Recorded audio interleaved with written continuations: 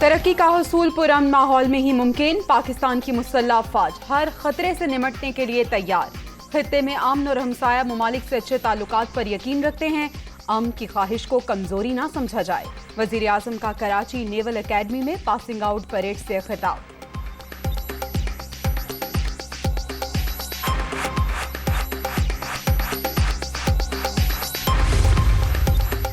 तनख्वाहदार तबके के लिए नई टैक्स तजावीज़। 50,000 रुपए माहाना लेने वाले मुस्तस्ना।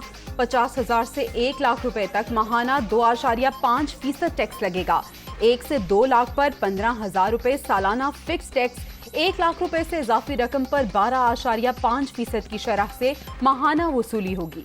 2 से 3 लाख तनख्वाह पर 1,65,000 रुपए सालाना, जबकि 2 लाख से इजाफी रकम पर 20% माहाना टैक्स लगेगा। वसूलियां 3 जून 2023 को खत्म हो जाएंगी। बजट दस्तावेजात सामने आ गई।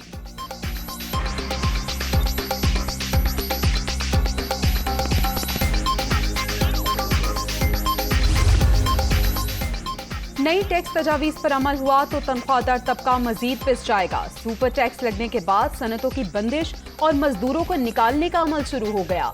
आने वाले वक्त में महंगाई के साथ बेरोजगारी भी बढ़ेगी। इमरान खान की तनकीद। नैब तरामीम एहतसाब के निजाम की कब्र करार।